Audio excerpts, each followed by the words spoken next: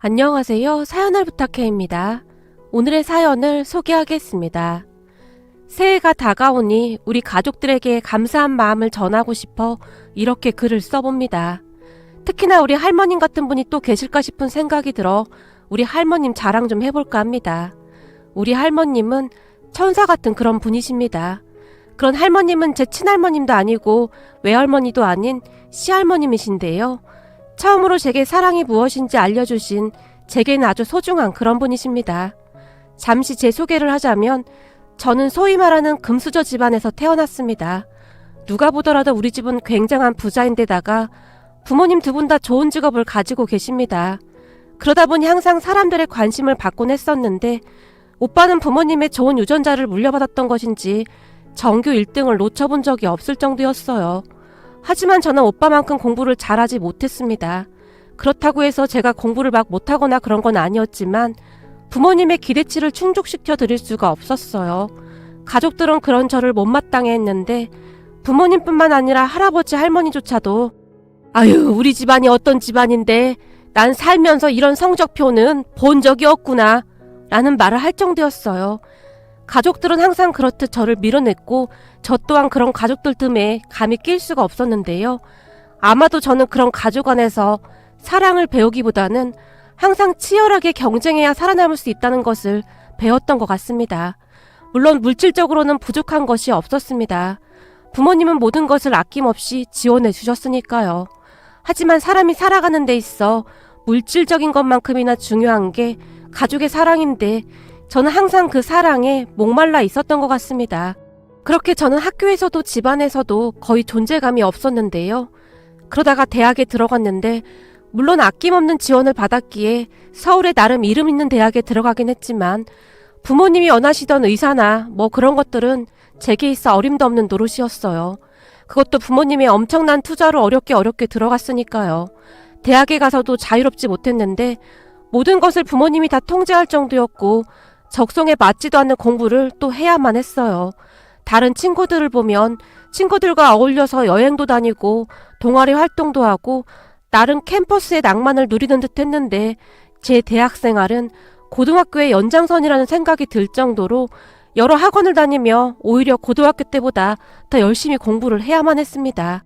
그러한 것을 불평하는 저를 보며 누군가는 아쉬울 게 없으니 배부른 소리 한다 라는 말을 한 적도 있었어요. 하지만 이게 말이죠. 사람이 숨 쉴 틈이 있어야 하는데 제게는 그 숨 쉴 틈이 없다는 것이 가장 큰 문제였어요. 그러다가 어느 날 대학 선배가 제게 말을 걸어왔는데 넌 항상 뭐가 그렇게 초조하냐? 그리고 왜 그렇게 정일 쫓기는 거야? 라고 물었어요. 그 말에 제가 딱히 할 말을 찾지 못한 채 제가 공부를 잘 못해서 해야 할 게 많아서요. 라며 기어들어가는 목소리로 대답했는데요. 뭐? 공부를 못해? 야 임마 공부를 못하는데 우리 학교를 어떻게 들어왔어? 너 정도면 훌륭해. 그러니까 너무 그렇게 조바심 내지 마. 우리 할머니가 그러시는데 인생 그거 별거 아니라더라. 그냥 행복하게 살면 되는 거래. 선배가 저를 보며 활짝 웃었어요. 그런데 그 남자 선배의 그 한마디가 제 머릿속을 아니 가슴속을 크게 울렸는데요. 아무래도 살면서 제게 그러한 말을 해주는 사람이 없었기에 그냥 단순한 그 한마디가 제게는 크게 와닿았던 것 같습니다. 그 뒤 그 선배가 제 옆을 계속 맴돌았는데 이래저래 이야기를 하다 보니 저도 모르게 그 선배에게 마음이 가게 되었어요. 물론 선배도 제가 마음에 들었으니 계속 제 곁을 맴돌았던 것이겠죠. 그렇게 우리는 아주 천천히 연인이 되어갔는데 선배와 만나면서 제 생활도 많이 달라져 갔어요. 그러다 보니 부모님과 트러블도 더욱 잦아졌고 집에 들어가면 부모님의 성화에 지쳐만 가고 있었어요. 그러던 어느 날 가족들과 약속이 있었는데 제가 그곳에 가지 않았답니다. 그러니까 제 미래의 남편감이었다고 해야 할까요? 그 사람과 함께 식사하는 자리였거든요. 제가 대학을 졸업한 뒤 그 사람과 함께 유학을 가기로 되어 있다고 했어요. 물론 그 모든 것은 부모님이 이미 결정해 놓은 것이었고 저는 부모님이 시키는 대로 하기만 하면 되는 것이었어요. 부모님이 점 찍어뒀던 제 미래의 남편감이라는 사람도 금수저 집안에서 잘 자란 그런 사람이었어요. 하지만 저는 그 사람에게 어떠한 감정도 없었고 부모님들끼리 약속한 정략 결혼이었기에 제가 사랑하지도 않는 사람과 절대로 결혼하고 싶지 않았습니다. 물론 그렇게 결혼을 했다면 평생 부유하게는 살 수 있었겠죠. 하지만 저는 결혼만큼은 그렇게 끌려가듯 하고 싶지가 않았어요. 거기다 대학에 가서 남자친구를 사귀고 난 뒤부터는 더욱 그러한 마음이 들었던 것 같아요. 결국 저 때문에 화가 날뛰러 난 부모님이 우리만 안 들을 거면 당장 짐 싸서 나가. 네가 그동안 편하게 살아서 잘 모르나 본데 세상 살기가 얼마나 힘든 줄 알아? 밖은 지옥이야. 감히 네가 우리 말을 거역해? 라며 제게 소리를 질러댔어요. 예전 같았으면 그런 부모님을 보며 벌벌 떨며 잘못했다고 빌었겠지만 그때쯤 저는 예전과는 많이 달라져 있었는데요. 알겠어요. 저도 더 이상 엄마 아빠 꼭두각시로 살기 싫어요. 라며 제가 대들었고 곧 집을 나가려고 했는데 그런 저를 보던 엄마가 윤수지, 너 잘 들어. 지금 나가면 너 정말 끝이야. 알겠어? 저를 노려보며 소리쳤지만 엄마 아빠한테 부끄러운 딸이니까 저만 없으면 다들 행복하잖아요? 어차피 저는 엄마 아빠한테 필요 없는 존재 아닌가요? 그러니까 다들 행복하게 사세요. 라며 순식간에 집을 나와버렸어요. 지금 생각해봐도 저한테 그런 용기가 어디서 났는지 모르겠지만 그때 당시에는 집을 나오는 게 최선이라는 생각뿐이었어요. 그 선배, 그러니까 남자친구 말처럼 조금이나마 행복하게 살고 싶어졌거든요. 그 모습을 보며 부모님이 경기를 하다시피 했지만 저는 그렇게 독하게 마음먹고 집을 나와버렸습니다. 그 뒤 남자친구에게 전화를 했고 놀란 남자친구가 제가 있는 곳으로 단숨에 와줬어요. 그때 남자친구를 보는데 어찌나 눈물이 나던지 한동안 눈물만 흘렸습니다. 그 모습을 보고 있던 남자친구가 계속 이러고 있을 수는 없으니까 일단 우리 집으로 가자 라며 조용히 말을 했는데 뭐? 오빠네 집으로? 부모님도 다 계신데 어떻게 그래. 나 가지고 있는 돈 조금 있으니까 그걸로 잠잘 곳 좀 알아볼게. 네가 세상 물정을 잘 모르나 본데 모텔 이런 곳 여자 혼자 위험해서 안 돼. 그러니까 그냥 우리 집으로 가자. 잠깐만 기다려봐. 내가 부모님께 연락해 놓을게. 라며 남자친구가 집에 전화를 했어요. 그러더니 잠시 후에 잘됐다. 부모님이 너 데리고 오래. 우리 식구들 다 좋은 사람들이라 걱정할 필요 없어. 그리고 당분간은 내 동생 방에서 지내라고 하시네. 라며 저를 데리고 남자친구 집으로 갔어요. 남자친구 집은 그냥 평범한 그런 집인 것 같았어요. 그곳에서 가장 마음에 들었던 부분이 있었는데요. 남자친구 가족들은 수시로 대화를 많이 했는데 집안의 웃음소리가 그치질 않았어요. 남자친구에게는 여동생이 한 명 있었는데 여동생 성격도 참 밝고 좋아 보였어요. 거기다 남자친구 부모님은 제게 어떠한 질문도 하지 않았는데 우선은 우리 딸 방에서 지내면 될 것 같은데 괜찮겠어요? 라고 물었어요. 저 때문에 괜히 불편할 것 같은데요. 저는 그냥 거실에서 지내도 됩니다. 제가 급히 말을 했지만 옆에 있던 남자친구 여동생이 전 괜찮아요.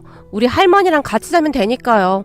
평소에도 할머니 옆에서 자는 게 습관이 돼서 전 아주 좋아요. 라며 할머니의 팔에 매달렸어요. 남자친구 부모님은 할머님을 모시고 사셨거든요. 그렇게 저는 여동생 방에서 지내기로 했고 한동안은 잘 지내고 있었어요. 아마도 부모님은 제가 바로 들어와서 무릎 꿇고 빌 것이라고 생각을 하셨던 것 같은데 며칠이 지나도록 제가 집에 들어가지 않자 저를 찾아 나섰고 사랑까지 써서 여기저기 수소문을 하다가 어떻게 알았는지 제가 남자친구 집에 있다는 사실을 알고는 기겁을 한 채 남자친구 집으로 쫓아오셨어요. 그 뒤 난리가 난 건 말할 것도 없었고요. 남자친구 집에 들어서자마자 엄마가 우리 딸 어딨어요? 라며 남자친구 엄마를 노려봤어요. 우선 진정 좀 하시고 앉으세요. 수지는 그동안 우리랑 잘 지냈습니다. 그러니까 걱정하지 마세요. 남자친구 엄마가 정중하게 말을 했어요. 뭐요? 진정? 지금 우리 딸이 당신네 집에서 지내고 있는데 진정하라고? 당신들도 딸이 있으면서 남의 귀한 집 딸 데려다가 지금 뭐 하는 짓이에요? 그리고 우리 수지는 결혼할 사람 따로 있는데 그쪽에서 알기라도 하면 어쩌려고 이런 짓을 하느냔 말입니까? 엄마가 소리를 질렀는데요. 평소 교양 있는 척은 다 하고 살던 엄마의 모습은 온데간데 없었고 그저 마구마구 소리만 질러댔어요. 그 소리에 제가 방에서 나왔는데요. 윤수지, 너 지금 제정신이야? 너 일하고 다니는 거 민준이 집에서 알기라도 해봐. 도대체 어쩌려고 이래? 착하기만 하던 네가 어쩌다 이렇게 된 거니? 다 쟤 때문이지? 제가 널 꼬신 거지? 라며 제 발을 잡아 끌기 시작했어요. 난 안 가. 난 여기가 좋아. 다시는 집에 안 들어갈 거야. 그리고 엄마 아빠가 정해놓은 사람이랑 결혼도 안 할 거야. 난 그 사람 사랑하지도 않아. 근데 나보고 그런 사람과 결혼하라고? 제가 엄마의 손을 세게 밀쳐버렸어요. 그 바람에 엄마의 얼굴이 새파랗게 질려버렸는데 너 지금 이 사람들 말에 현혹돼서 이러나 본데 너 잘 들어. 저 사람들 네 돈 보고 이러는 거야. 아니지? 우리 돈 보고 이러는 거라고. 그러니까 빨리 집으로 가자. 다시 제 팔을 잡아 끌었지만 제가 다시 한번 엄마의 손을 뿌리쳐 버렸습니다. 난 절대 안 가. 그동안 한 번도 행복한 적이 없었어. 엄마 아빠한테는 말 잘 듣고 공부 잘하는 오빠가 있잖아. 앞으로 오빠랑 행복하게 잘 살면 되잖아. 그리고 난 엄마 아빠 재산에 관심도 없으니까 난 없는 셈 치고 살아. 라며 제가 부모님을 노려봤어요.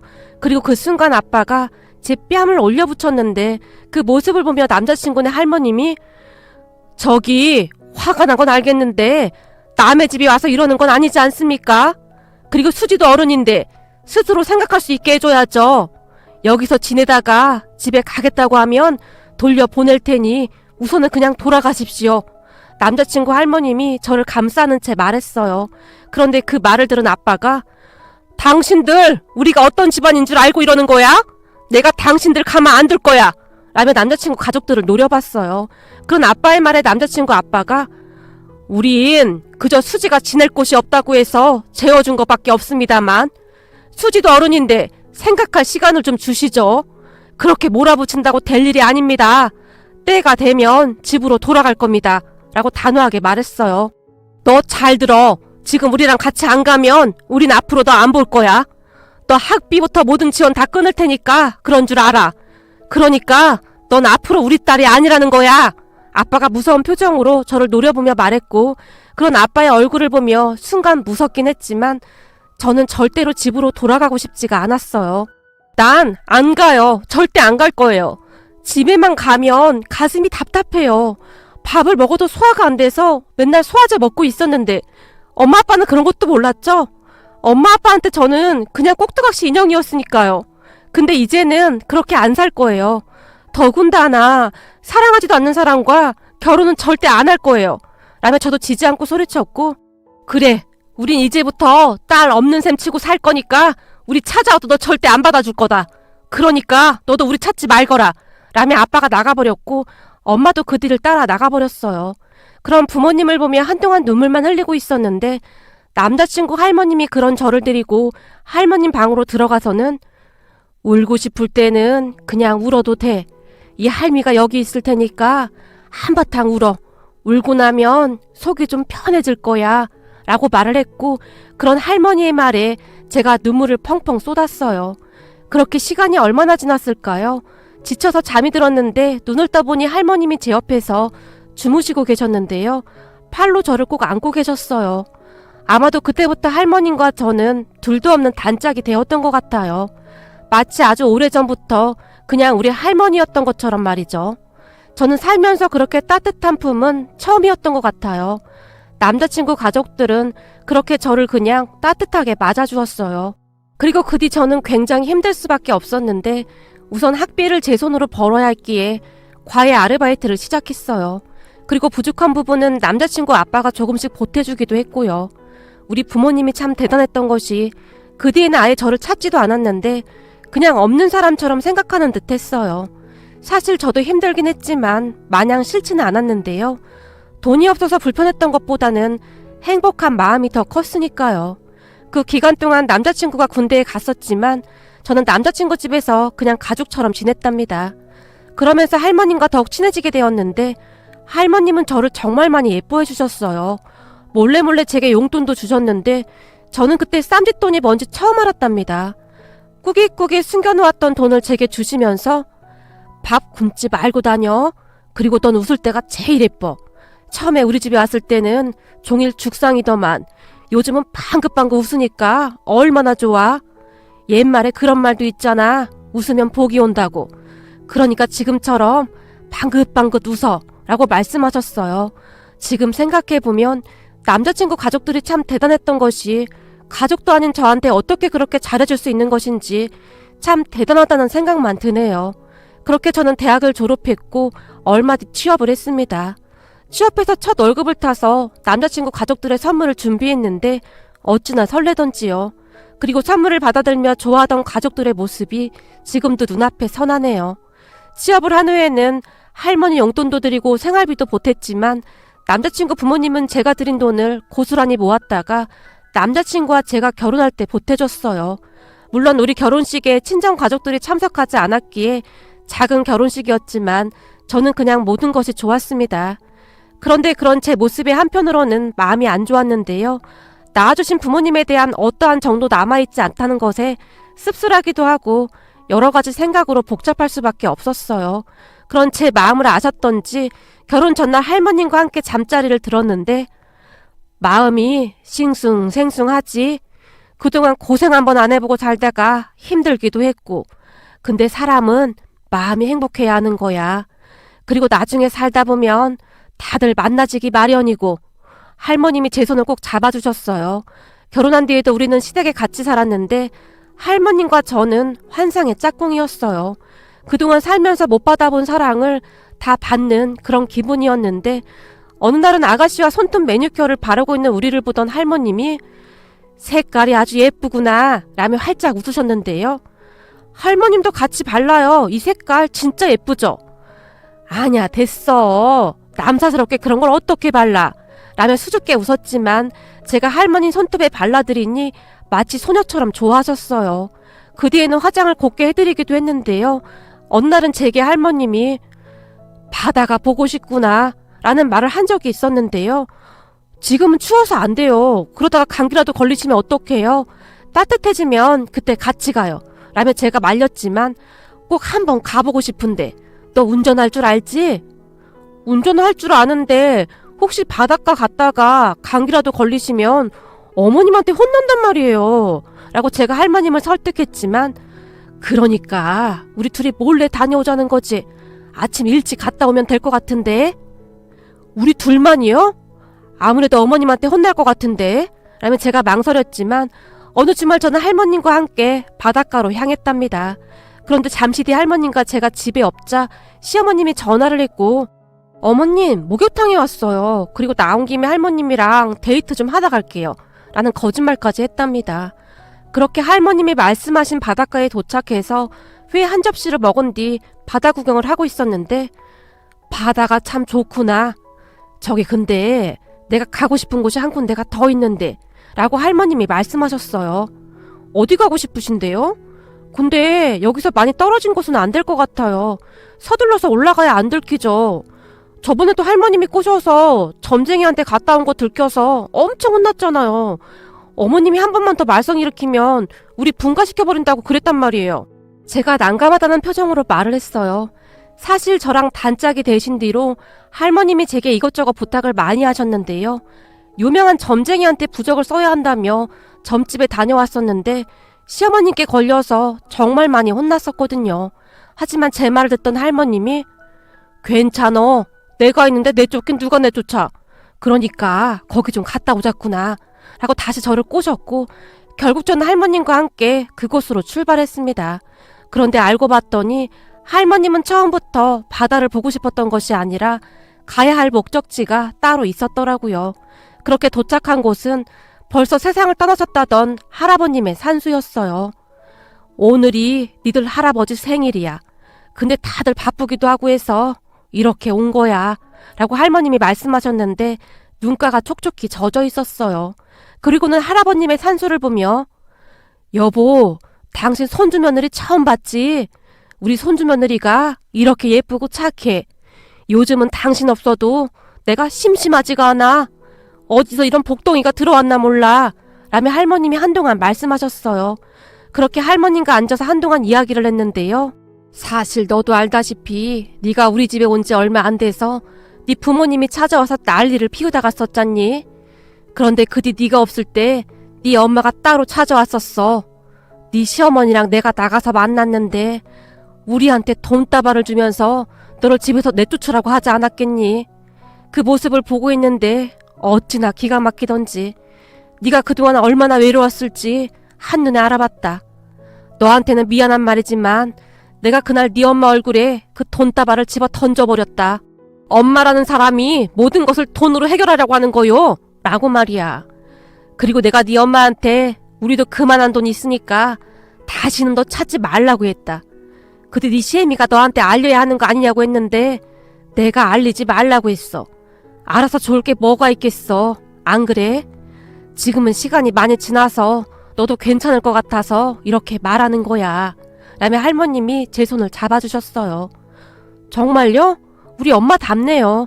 우리 부모님은 항상 그랬어요. 하물며 제가 학교 다닐 때 친구들과 잘 어울리지도 못했는데 그때도 친구들 불러서 비싼 선물까지 주면서 저랑 친하게 지내라고 했거든요. 나랑 친하게 지내면 더 좋은 거 많이 사주겠다고 하면서 말이죠. 그런데 그런 친구들이 얼마나 오래 가겠어요. 저는 더 외로울 수밖에 없었는데요. 우리 엄마 앞에서는 잘하는 척 하던 친구들이 돈 많다고 자랑하냐? 라며 더 힘들게 했거든요. 라고 제가 말을 꺼냈는데 그때 생각이 나서 다시 울컥하게 되었어요. 그런 제 말을 듣던 할머님이 그때 내가 네 엄마한테 그랬다. 앞으로 우리 손녀니까 다시는 찾아오지 말라고. 근데 진짜 널 찾지 않더구나. 그런 걸 보니 어찌나 마음이 아프던지 짠하기도 하고 마음이 안 좋더구나. 라며 안쓰러운 듯이 저를 바라보셨어요. 괜찮아요. 전 별 기대도 하지 않았고 오히려 그때 다시 찾아오지 않아서 고마웠는걸요. 저한테는 이렇게 좋은 할머님도 생겼고 시아버님, 시어머님, 그리고 아가씨까지 전 지금 아주 완벽해요. 라며 제가 활짝 웃었어요. 그렇게 조용히 있던 할머님이 여보, 우리 손주 며느리 좀 잘 지켜봐 주구려. 그리고 난 여기서 조금 더 머물다 가야겠어. 우리 손주 며느리한테 사랑 좀 더 주고 가리다. 그러니까 나 보고 싶어도 거기서 잘 지내고 있어. 나는 시간 되면 갈 테니까. 라며 산소를 보며 홀로 중얼거리듯이 말씀하셨어요. 그 뒤 우리는 할아버님 탄수에 조금 더 있다 집으로 올라왔는데요. 갑자기 찬바람을 쐬서 그랬는지 할머님께서 결국 감기에 걸리셨고 저는 시어머님께 등짝을 내드려야만 했습니다. 아이고 내가 못 살아 진짜. 아니 거기가 어디라고 거기까지 다녀와. 라며 시어머님이 화를 내셨거든요. 아니 저는 할머님이 하도 바다가 보고 싶다고 그러셔서 저도 어쩔 수 없었어요. 그래도 할아버님 산수에 다녀와서 정말 좋았어요. 라며 제가 활짝 웃었는데요. 그런 제 말을 듣던 시어머님이 우리 아버님이 생신날 혼자 외롭진 않으셨겠네. 그래도 너라도 챙겨서 얼마나 다행이니. 조용히 말씀하셨어요. 그죠? 우리가 안 갔음 할아버님께서 얼마나 외로우셨겠어요? 라며 제가 어깨에 힘까지 주면서 말을 했는데요. 제 말에 시어머님이 그저 피식 웃으셨어요. 암튼 너 때문에 요즘 어머님이 밝아지셔서 다행이긴 해. 근데 그렇게 멀리 갈 때는 미리 말이라도 해. 내가 집에서 얼마나 걱정했는지 알아? 라며 시어머님이 저를 노려봤지만 할머님이랑 저랑 둘만의 비밀이라 말하면 할머님한테 혼나는데? 뭐야? 그래서 또 그러겠다고? 너 또 그랬다가는 니들 진짜 분가시킬 거야. 시어머님이 다시 저를 노려보며 말했어요. 어머님, 우리 집에서 할머님이 서열 1위시잖아요. 근데 할머님이 절대로 우리 안 쫓아낸다고 했는걸요? 라며 제가 자신만만하게 웃었는데요. 아이고 말이나 못하면 믿지는 않지. 서열 1위랑 단짝이라 아주 좋겠구나. 시어머님이 다시 큰 목소리로 말했지만 우리 옆에서 열심히 귤을 까먹던 시누이가 언니 말이 맞지. 비밀을 공유하는 사람이 어딨어? 라고 말을 했는데 그런 시누이의 말에 시어머님이 단숨에 귤 껍질을 시누이 얼굴에 던지시더니 넌 그냥 먹던 귤이나 먹어 이거사. 도대체가 집안에 내 편이 하나도 없어. 라며 고개를 절레절레 흔드셨어요. 저는 이러한 모습들을 보고 있노라면 마음이 참 따뜻해지는데요. 제게도 진정한 가족이 생긴 것 같아서 그렇게 행복할 수가 없답니다. 앞으로도 우리 할머님과 여행도 다니면서 이것저것 해볼 것이 참 많은데요. 우리 할머님이 건강하게 오래오래 우리 곁에 계셔주셨으면 하고 간절히 바라봅니다. 사연을 부탁해 시청자 여러분, 새해 첫날입니다. 2020년 한 해 동안 많은 관심과 사랑으로 참 벅찬 한 해를 보냈습니다. 항상 부족하기만 한 저희 채널을 응원해주시는 모든 분들께 다시 한번 감사 인사 올리며 2021년 새해 첫날을 맞이하여 사연을 부탁해는 항상 초심을 잃지 않고 건전하고 밝은 영상을 만들고자 노력하는 채널이 될 것을 다시 한번 약속드립니다. 2021년에는 모든 분들이 건강하시고 행복하시기를 간절히 바라봅니다. 시청자 여러분, 새해 복 많이 받으세요. 고맙습니다.